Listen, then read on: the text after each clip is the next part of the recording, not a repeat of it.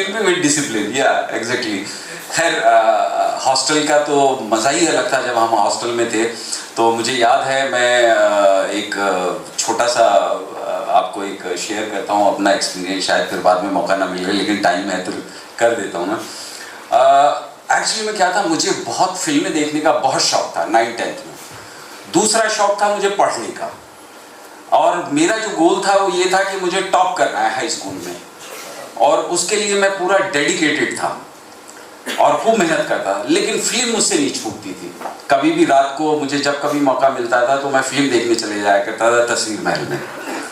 अब साहब नसीम साहब हमारे वार्डन थे, और वैसे भी वो बड़े सख्त थे। नसीम साहब मशहूर थे कि भाई वो डिसिप्लिन बहुत रखते हैं।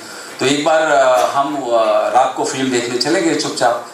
तो उनको पता चला था ये लड़का फिल्म देखने जाता है, तो वो आए। उन्होंने फिर मेरे रूम में उन्होंने ताला डाल दिया। उन्होंने कहा देखो अब देखता हूँ कि कहाँ जाता है ये।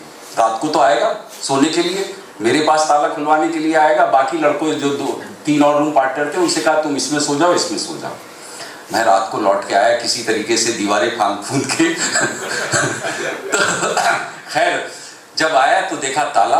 अब लेकिन क्योंकि दोस्ती इतनी अच्छी थी हॉस्टल की, सामने हम जमाली में था, मैं जमाली में गया तो बोले हाँ मेरे बहुत सारे दोस्त थे, तो वहाँ सारे ही दोस्त थे।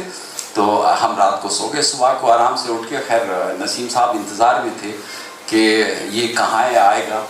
तो सुबह को उठ के जब मैं आया अपने रूम में, ताला खुल गया था क्योंकि पार्टनर्स जो थे उनको भी नहाना धोना था, वो खुलवा दिया था।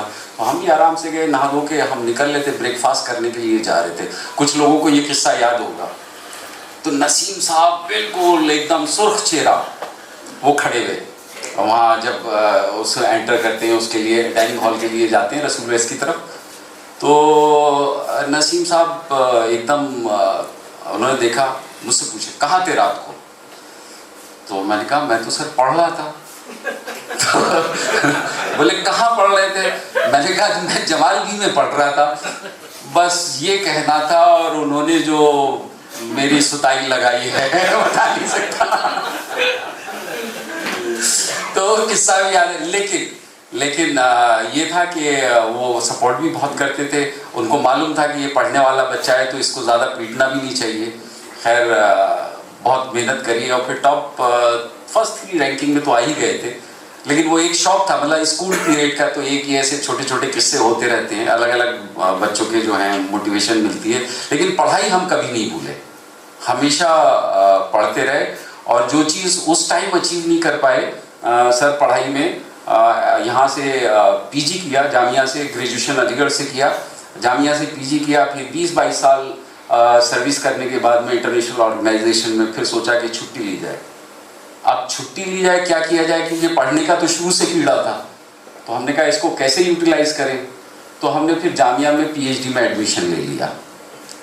तो इंशाल्लाह इस साल पीएचडी कंप्लीट हो जाएगी।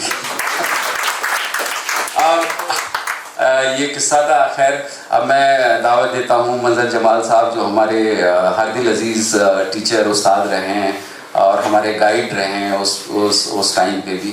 उनसे रिक्वेस्ट करता हूँ आएँ और हम लोगों के अपने थॉट्स, अपने एक्सपीरियंसेस और मैसेजेस दें। You are welcome sir.